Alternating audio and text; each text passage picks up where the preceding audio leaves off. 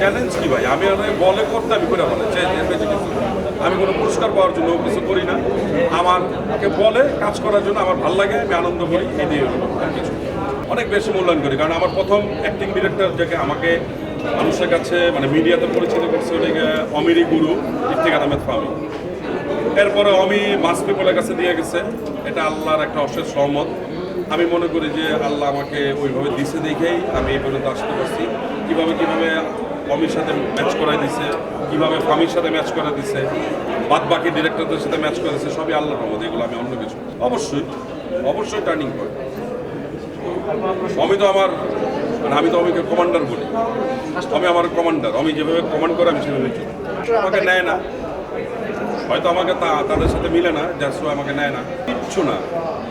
কি মনে হবে গল্পের সাথে হয়তো আমাকে মিলে না, যার সময় আমাকে নেয় না, আর কিছু যখন হইতো তখন করতে পারতাম না।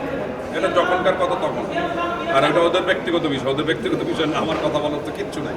কি বক্তব্য দিব? সব বক্তব্য তো দর্শকই দিয়ে দিতেছে, আমি কি বক্তব্য, আমার কি বক্তব্য আছে? সাংবাদিকরা আছেন, আপনারাও বক্তব্য দিচ্ছেন।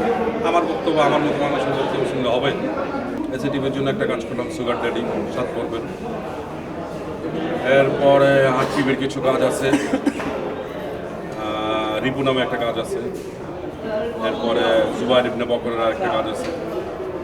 বাংলা মিশনে কাজ করলাম একটা 7 পর্ব, যেটার একটা সাগর জাহান। তারপরে বেশ কিছু কাজ করছি, এতগুলো নাম না মনে থাকে, আমি আসলে এত মনে রাখতে পারি না। আলহামদুলিল্লাহ, ওটা নাটক দেখতে হবে, দেখলে সেটা বোঝা যাবে কে সুগার ড্যাডি। এটা বললে কার টুইস্ট থাকলো, বইলাই দিতে হইলাম তাদের চয়েস, হইতেও পারে, এটা হইতেও পারে। ভালো সম্পর্ক আমার সাথে, সবার ভালো সম্পর্ক, আমার সাথে কারো খারাপ সম্পর্ক না। এই যে সাংবাদিক আপনারা যারা আছে, মানে আপনারা কি অনেকে তো ছোট ভাই আছে, তাদের সাথে কিন্তু আমার সাংবাদিক সম্পর্ক না, এজ এ ভাই ব্রাদার সম্পর্ক। আমার জন্য অনেক কষ্ট হয়। কেমন ছিল আসলে সেই অভিজ্ঞতা? অনেক কষ্ট যে ভাই এত শুদ্ধ ভাষায় কথা বলা, আমি মানে তুইনের মাঝে মাঝে কই তুই এইভাবে হয় না, আমি পারবো না। না তুমি পারবা, হবে। হ্যাঁ থাকবে। কি মিস করেন আসলে?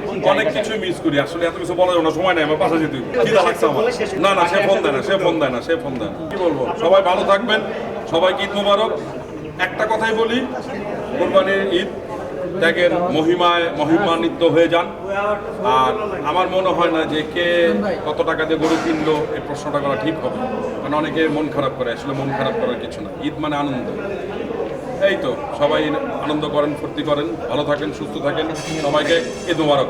আর ফিমেল 4 দেখেন, আমার আরও কিছু নাটক আছে, যেরকম সুগার ড্যাডি আছে, রিপু আছে, এইসব নাটকগুলো দেখেন, ভালো লাগবে ইনশাল্লাহ। দোয়া করেন আমার জন্য। Tata, bye bye.